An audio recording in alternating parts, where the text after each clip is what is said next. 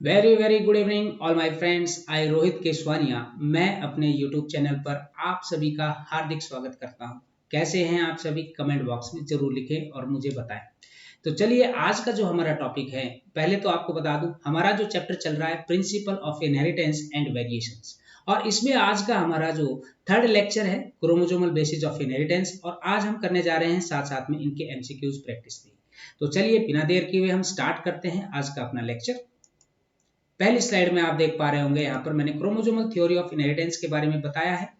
तो आपको सभी को मैं बताता हुआ चलूं यहाँ पर कि जो मेंडल ने जो अपना काम किया था, तो जब मेंडल ने अपना काम किया तो आपको बताता हुआ चलूं यहाँ कि जब मेंडल ने अपना काम किया था तो उन्होंने क्या कहा था। उन्होंने 3 नियम बना दिए थे। कौन कौन से नियम बना दिए थे? Law of dominance, law of segregation और लॉ ऑफ इंडिपेंडेंट असॉर्टमेंट।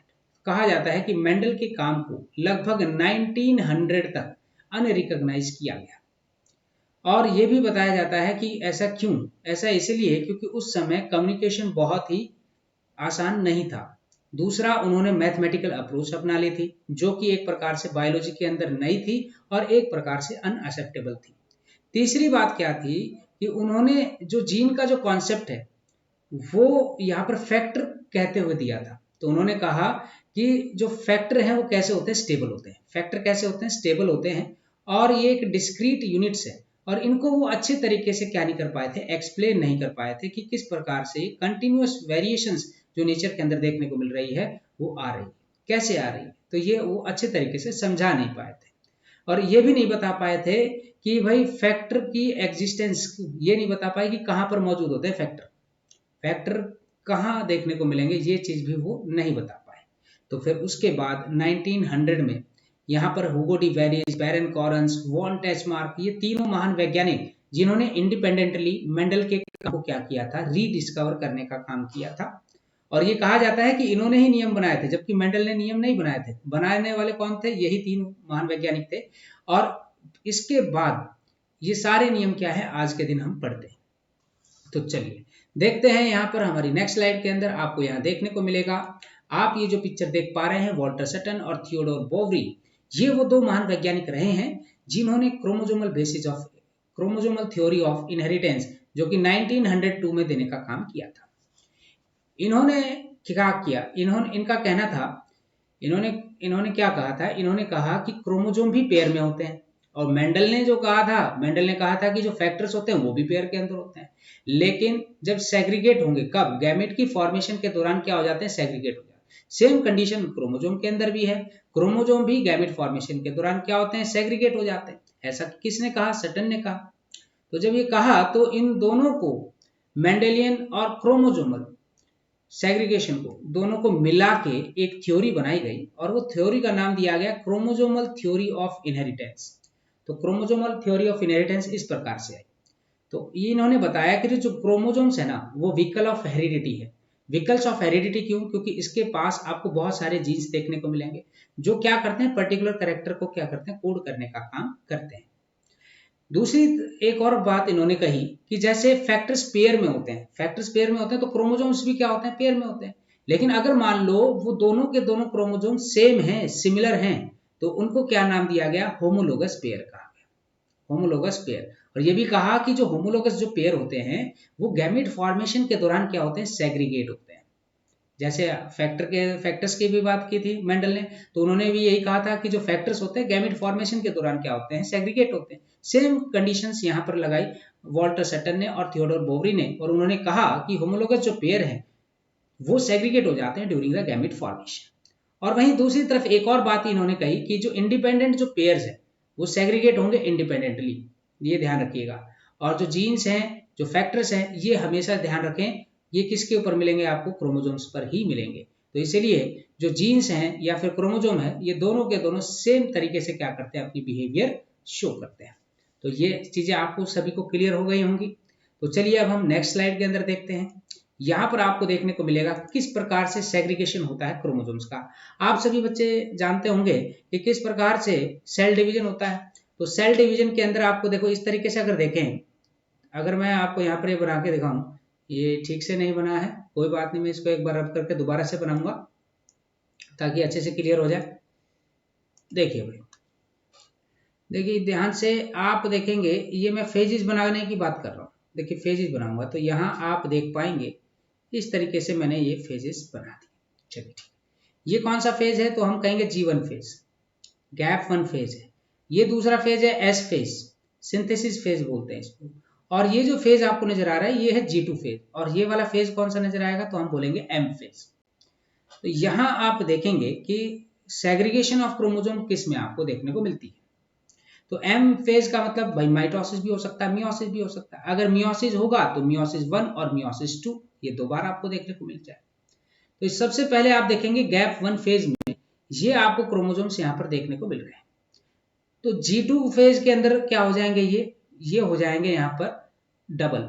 एक प्रकार से अगर देखा जाए कि क्रोमोसोम डबल नहीं हुए हैं, लेकिन डीएनए कंटेंट क्या हो गया यहाँ पर डबल हो चुका है। तो आप यहाँ पे देखेंगे क्रोमेटिड्स क्या है यहाँ पर डबल हो चुके हैं। यहाँ सिंगल थे, यहाँ क्या है डबल डबल है। ठीक है भाई, 4 ये आपको देखने को मिल रहे हैं। फिर आप देखेंगे एम फेज का मतलब यहाँ पर मियोसिस की बात कर रहे हैं तो मियोसिस 1 और मियोसिस 2 देखने को मिलेगा। यहाँ पर मियोसिस 1 और यहाँ पे क्या हो गया मियोसिस 2। मियोसिस 1 को हम क्या कहते हैं रिडक्शनल डिवीजन कहते हैं, और वही मियोसिस 2 को हम क्या कहेंगे इक्वेशनल डिवीजन कहते हैं। तो देखते हैं क्या है, यहाँ मियोसिस 1 में भी कौन सा फेज है एना फेज। और ये ध्यान रखिएगा फेजेस आपको पता होने चाहिए मियोसिस 1। सबसे पहले कौन सा होता है प्रोफेज 1, फिर उसके बाद क्या आएगा आप कहेंगे मेटाफेज 1, फिर उसके बाद एनाफेज 1 और फिर उसके बाद टीलोफेज 1। ठीक है, तो इस तरीके से तो मियोसिस का यहाँ पर एनाफेज दिखा रखा है, जहां पर क्या होता है कि यहाँ होमोलोगस पेयर क्या होते हैं सेग्रीगेट होते हैं। ध्यान रखिएगा यहाँ पर क्या हो रहे हैं होमोलोगस जो पेयर है वो क्या हो रहे हैं सेग्रीगेट हो रहे हैं। तो आप यहाँ पर देख पा रहे हैं ये जो स्पिंडल फाइबर आपको जो नजर आ रही है ये क्रोमोसोम्स को क्या कर रही है सेग्रीगेट करने का काम कर रही है। अब क्या होगा साइटोकाइनेसिस जो ही होगी तो यहाँ पर 2 सेल्स बन गए, दोनों सेल्स के अंदर ये क्रोमोसोम्स आपको देखने को मिल रहे हैं। अब यहाँ पे मियोसिस 2 भी आपको देखने को मिलेगी। अब क्या होगा यहाँ पर होमोलोगस एक प्रकार से देखा जाए तो क्रोमेटिड्स क्या होते हैं यहाँ पर सिस्टर क्रोमेटिड्स आपस में क्या होते हैं सेग्रीगेट होते हैं। ठीक है भाई, एनाफेज की बात कर रहे हैं यहाँ पर एनाफेज सेकंड, मियोसिस सेकंड में जो एनाफेज सेकंड है वहां पर क्या होते हैं क्रोमेटिड्स क्या होते हैं सेग्रीगेट होते हैं, और इस प्रकार से क्या बन जाते हैं जर्म सेल्स बन जाती है। क्या बन जाती है जर्म सेल्स। तो जर्म सेल्स में आप ध्यान दें ये सभी के सभी कैसे नेचर के हैं तो आप कहेंगे हैप्लॉइड नेचर है सभी का। क्या है हैप्लॉइड नेचर क्या है आपको यहाँ पर देखने को मिलता है। तो आपको केवल इतना बताया गया है, ये समझना चाहिए कि जब भी गैमेट की फॉर्मेशन होती है, जब भी गैमेट की फॉर्मेशन होगी तो हाफ सेट ऑफ क्रोमोसोम्स क्या होते हैं ट्रांसफर होते हैं। इतना आप सभी को क्या होना चाहिए क्लियर होना चाहिए। तो चलिए अब हम देखते हैं यहाँ पर इंडिपेंडेंट अशॉर्टमेंट कैसे देखने को मिल जाएगा। जैसे कि मेंडल ने अपने उसमें बताया था इंडिपेंडेंट अशॉर्टमेंट के बारे में, तो आप यहाँ पर भी देख सकते हैं। तो आप देखिएगा यहाँ पर मियोसिस 1 एनाफेज, मियोसिस 2 होगा है ना, मियोसिस 2 में एनाफेज, तो यहाँ क्रोमेटिड्स आपको सेग्रीगेट होते हुए दिखाई दे रहे हैं। तो पॉसिबिलिटी देखिए आप, तो आप यहाँ पर देख पा रहे हैं ये जो कलर्स आपको देखने को मिल रहे हैं तो इसका मतलब जो भी क्रोमोसोम किसी के साथ जाएगा तो वो अपनी इंडिपेंडेंसी क्या करेगा वहां पर शो करेगा, वो कभी भी यहाँ पर ब्लेंडिंग शो नहीं करेगा। मैं ये नहीं कह सकता कि भाई ये जो ग्रीन है ये इस ऑरेंज वाले के साथ मिक्स हो जाएगा, येलो रेड वाले के साथ मिक्स हो जाएगा, मतलब ऐसी कोई कंडीशंस आपको देखने को नहीं मिलेगी। तो इसका मतलब ये हुआ कि यहाँ पर क्या हो रहे हैं क्रोमेटिड्स बहुत अच्छे तरीके से क्या हो रहे हैं सेग्रीगेट हो रहे हैं और इंडिपेंडेंटली क्या हो रहे हैं एशॉर्ट हो रहे हैं, मतलब इंडिपेंडेंटली अपने करेक्टर क्या कर रहे हैं ये एक्सप्रेस कर रहे हैं। तो ये चीजें क्लियर हो जानी चाहिए। तो अब देखते हैं यहाँ पर ये जो महान वैज्ञानिक आपको जो स्ट्रक्चर के अंदर देखने को मिल रहे हैं इनका नाम है थॉमस हंट मॉर्गन। इन्होंने बहुत ही अच्छा काम किया। इन्होंने क्रोमोसोमल थ्योरी ऑफ इनहेरिटेंस को क्या किया था प्रूव करके दिखाया था। इन्होंने ये जो क्रोमोसोमल थ्योरी ऑफ इनहेरिटेंस है इसको प्रूव करके दिखाया किसके ऊपर फ्रूट फ्लाइज के ऊपर ड्रोसोफिला मिलेनोगैस्टर, ये आप सभी ने देखा ही होगा। इन्होंने क्या किया it is suitable material for the genetic study, मतलब क्यों इन्होंने फ्रूट फ्लाई को ही यहाँ पर अपने एक्सपेरिमेंट के तौर पे लिया और ये प्रूव करने के लिए कि क्रोमोसोमल थ्योरी ऑफ इनहेरिटेंस ठीक है या गलत है। तो आपको बता दूं एक तो हम इसको ग्रो करा सकते हैं सिंपल सिंथेटिक मीडियम में बहुत ही आसानी से, दूसरा इसका जो जनरेशन टाइम है वो क्या है बहुत ही कम है, शॉर्ट टाइम है, मतलब लगभग 12 to 14 डेज में क्या है इसका इस लाइफ स्पेन क्या है आपको देखने को मिलता है। तीसरी बात यह है कि ब्रीडिंग क्या कर सकते हैं आप थ्रू आउट द ईयर, कब मतलब पूरे साल कभी भी क्या है आप इनकी ब्रीडिंग करवा सकते हैं। इसके अलावा 100 ऑफ प्रोजेनीज क्या है पर मेटिंग, मतलब एक बार मेटिंग कराने के बाद क्या है 100 ऑफ प्रोजेनीज क्या है आपको मिल जाएगी। और इससे और भी सबसे बड़ी बात क्या है कि मेल और फीमेल जो फ्लाइज है उसको हम आसानी से डिस्टिंग्विश कर सकते हैं। क्यों? क्योंकि जो मेल होते हैं वो क्या होते हैं, स्मॉलर होते हैं देन द फीमेल। ये बहुत ही आसानी से क्या कर सकते हैं, हम सेग्रीगेट करके बता सकते हैं कि ये मेल है और ये फीमेल फ्रूट फ्लाई है।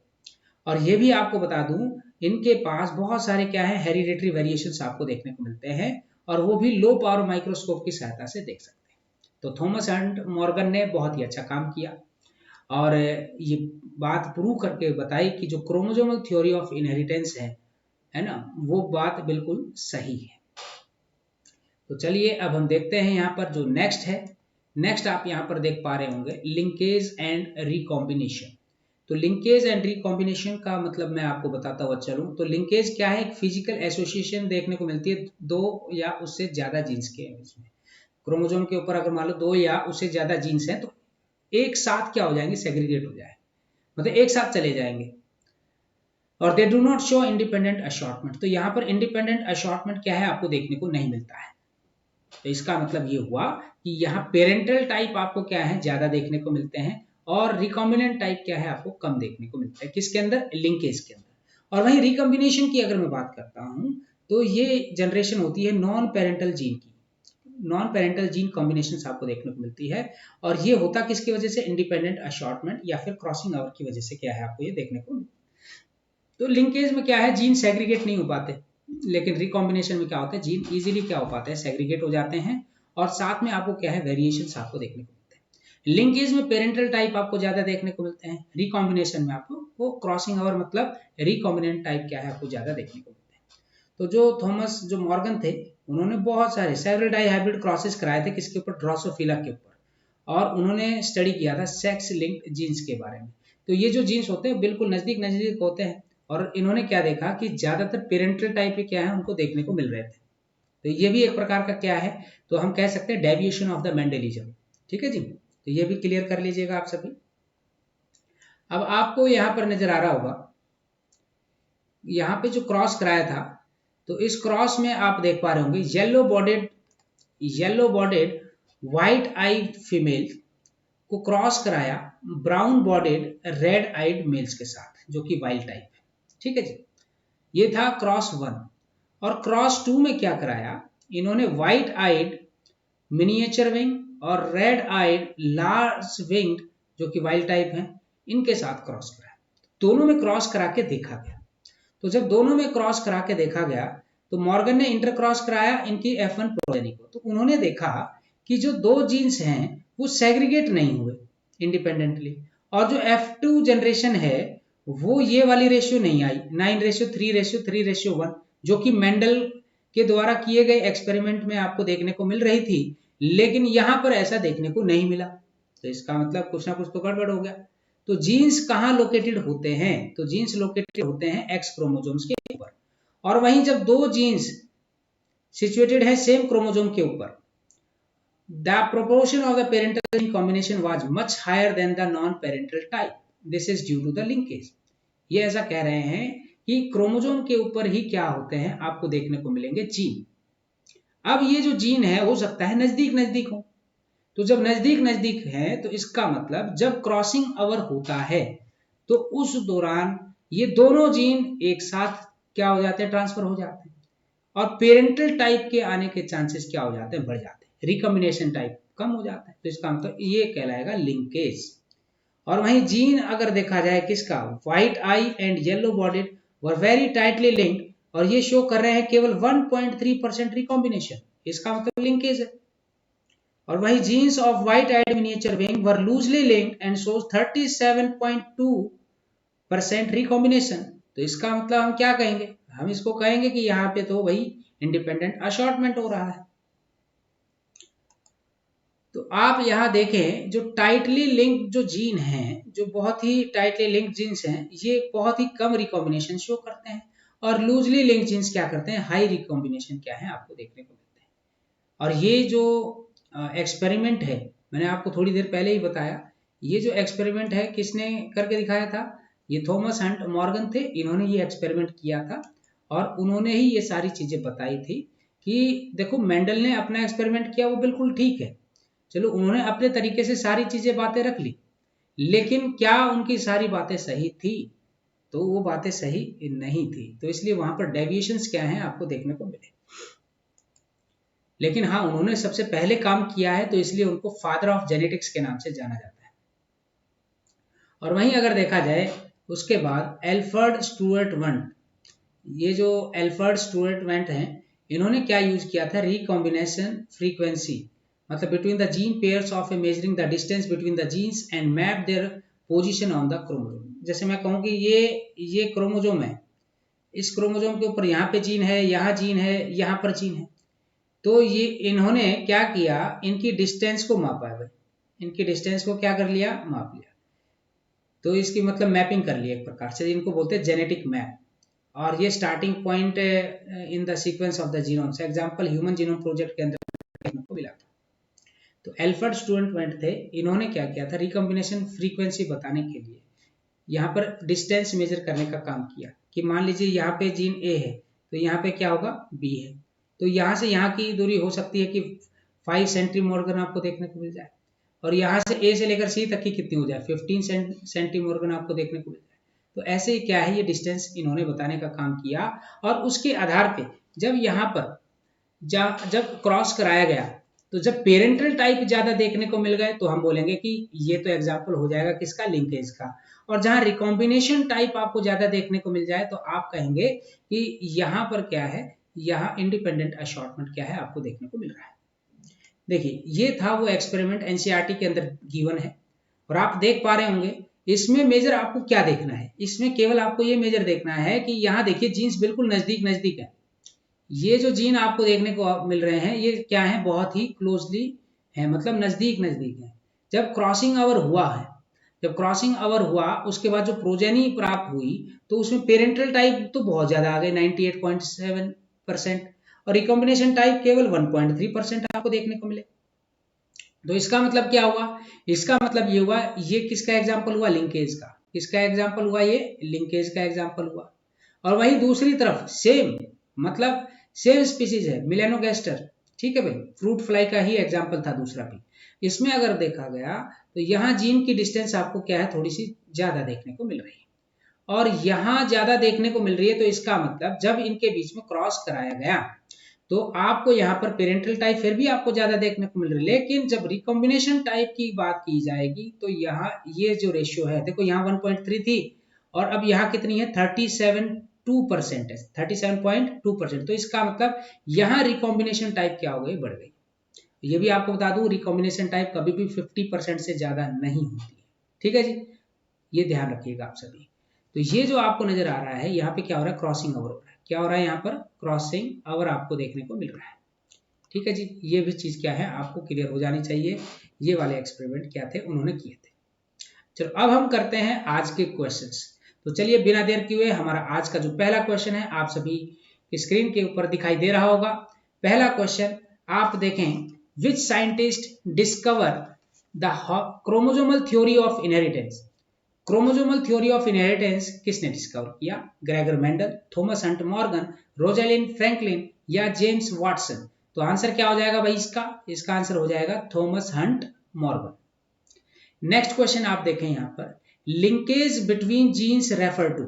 Linkage between genes refer to genes located on the same chromosome, या फिर genes located on different chromosome, genes that are inherited independently, genes that are always expressed together. तो आप ध्यान से देखिएगा लिंकेज कहाँ देखने को मिलेगा? जब जीन्स सेम क्रोमोसोम के ऊपर ही क्या होंगे? लोकेटेड होंगे, जो कि सेग्रीगेट नहीं हुए। तो सेग्रीगेट नहीं हो तो पेरेंटल टाइप क्या है आपको सबसे ज्यादा वहां पर देखने को मिलेगी। अब देखते हैं नेक्स्ट क्वेश्चन हमारा। नेक्स्ट क्वेश्चन आपके स्क्रीन के ऊपर है, the phenomena of crossing over occurs during which stage of meiosis. Crossing over आपको कौन सी स्टेज में देखने को मिलती है? मियोसिस के कौन सी स्टेज में आपको क्रॉसिंग ओवर देखने को मिलती है? प्रोफेज 1, मेटाफेज 1, एनाफेज 1 या टीलोफेज 1। तो याद रखिएगा आप सभी के सभी, प्रोफेज 1 के अंदर क्या है आपको क्रॉसिंग ओवर देखने को मिलती है, वो भी कौन सी? देखो प्रोफेज 1 में भी आपको पार्ट्स देखने को मिलते हैं, प्रोफेज 1 में अगर मैं बात करूं तो सबसे पहले क्या आता है, मैंने तो ऐसे याद किया था, देखो जी, लेजी पड़ोसी, लेजी पड़ोसी, इस तरीके से मैंने याद किया था, जैसे कि लिप्टोटीन, जाइगोटीन, पैकेटीन, डिप्लोटीन और डाइकाइनेसिस, ऐसे याद किया मैं। तो आप देखें क्रॉसिंग ओवर कहाँ देखने को मिलती है, तो आप कहेंगे यहाँ पर, ये क्या है, पैकेटीन। पैकेटीन के अंदर क्या है आपको, पैकेटीन के अंदर आपको क्रॉसिंग ओवर क्या है देखने को मिलेगी। ठीक है भाई, तो पैकेटीन किसका पार्ट है, प्रोफेज 1 का। नेक्स्ट है question number 4, crossing over results in, crossing over results in recombination, recombinant chromosome, parental chromosome, homozygous chromosome या डिप्लॉयड क्रोमोसोम। तो आंसर क्या हो जाएगा हमारा यहाँ पर, क्रॉसिंग आवर किस में देखने को मिलेगी आपको, रिकॉम्बिनेंट क्रोमोसोम्स के अंदर क्या है देखने को मिल जाएगी। चलिए आज के जो नेक्स्ट क्वेश्चन आप देख रहे हैं यहाँ पर, the frequency of crossing over, the frequency of crossing over between two genes is proportional to the distance between the genes on the chromosome, या the similarity of the genes, the size of the chromosome, या the number of chromosomes present। तो आपको पूछा है जो frequency है crossing over की दो जीन्स की, वो किसके प्रोपोर्शन है, तो वो डिस्टेंस के ऊपर निर्भर करती है। अगर डिस्टेंस ज्यादा है तो आपको क्रॉसिंग ओवर ज्यादा देखने को मिलेगा, इट मीन्स कि आपको रिकॉम्बिनेशन ज्यादा देखने को मिलती है। अगर मान लीजिए जीन्स का डिस्टेंस कम है तो आपको लिंकेज क्या है वहां पर देखने को मिलेगा, ये भी आपको क्लियर होना चाहिए। चलिए भाई question number 6, in a dihybrid cross involving linked genes, if the genes are far apart on the chromosome, मतलब दूर दूर है, what is the frequency of the recombination. तो फ्रीक्वेंसी आपको बतानी है, तो फ्रीक्वेंसी कितनी हो सकती है। अगर मान लीजिए ये आपके पास क्रोमोसोम है और इस क्रोमोसोम पर ये जो जीन्स हैं ये काफी दूर दूर हैं, तो आपसे पूछा है कि कितनी फ्रीक्वेंसी हो सकती है रिकॉम्बिनेशन की, तो मैक्सिमम कितनी हो सकती है भाई, 50% क्या है आपको देखने को मिल सकती है। तो मतलब 50% क्रॉसिंग ओवर, 50% आपको पेरेंटल क्या है देखने को मिल जाएगा।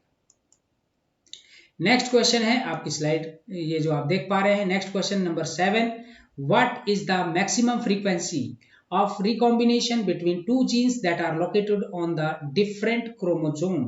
तो यहाँ पर आप देखिएगा what is the maximum frequency और recombination between two genes that are located on different chromosome, मतलब अलग अलग क्रोमोसोम के ऊपर है भाई, ये क्रोमोसोम है, ये क्रोमोसोम है, यहाँ पे कोई जीन है, यहाँ पर कोई जीन है।